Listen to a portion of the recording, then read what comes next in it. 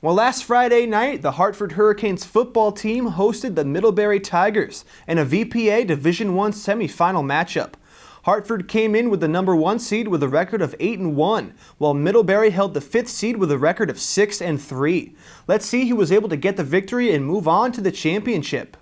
Last season, Middlebury beat Hartford in the semifinals 21-0, so the Hurricanes were hoping for some revenge. Middlebury, however, was able to open up the scoring in the first quarter after starting off a drive with favorable field position when senior Doug DiLorenzo blocked a Hartford punt. Tigers running back Trey Kaufman punched in the touchdown to finish off the drive as Middlebury went up 7-0. 43 Trey Kaufman, and is he in? Very close. It looks like he is going to be in for a score. The Hurricanes were then able to respond with a touchdown drive of their own when Hunter Perkins ran the ball in for the score on 4th down. Going to get in for the Hurricanes. That is number 43, Hunter Perkins, the junior running back.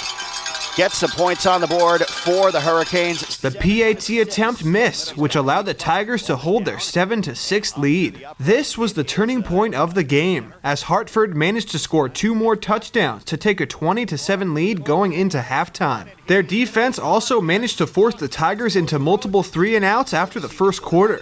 But despite the lead, the Hurricanes still played sloppy football, with a total of 14 flags and multiple bad snaps, with one resulting in a safety for the Tigers. When it was all said and done, the Hurricanes had come out on top with a final score of 26-9. Hartford's quarterback Gavin Farnsworth and running back Cody Rhodes had big days for the Canes, with Rhodes rushing for 2 scores and catching another in the air from Farnsworth. YCN spoke to Rhodes, Farnsworth, and Brian Moran after their big playoff win. I think we did a pretty good job running the ball, and then when we passed it when we needed to, it worked. Well, that's what our defense has been doing all year, so we weren't really too worried about it. You know, St. J scored on us early 2 times, and kind of the same thing when they scored. We weren't too worried about it because our defense holds up. We just need to, clean up the mental mistakes because physically I think we're better than everyone else.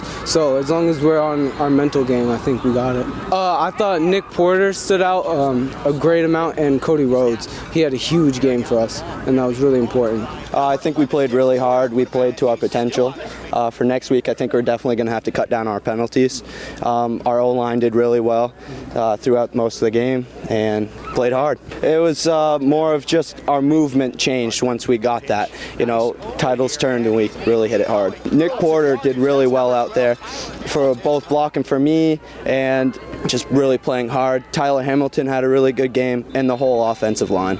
And our defense was really, really well. We're definitely not done working. We got to keep putting in the effort, 110%, and go for it. I don't know. We played, and it was pretty sloppy on offense, at least a lot of penalties, but defense played pretty solid overall. We've been working a lot all week, just reading our keys and hustling to the ball. I don't know. It's a great team effort. We knew there was going to be some plays, some swings in the game, but we just kept playing our game all the way through. Nick Porter, he's a sophomore. He had a hell of a game. I don't know. Overall, our defense as a unit just played outstanding. Feeling surreal, honestly. I've never experienced this before, but just another week to work, get better, prepare. Yeah. Hartford will take on the 3rd seed Champlain Valley for the Division I VPA Championships in Rutland, Vermont at Rutland High School. 1, 2, 3. Hey!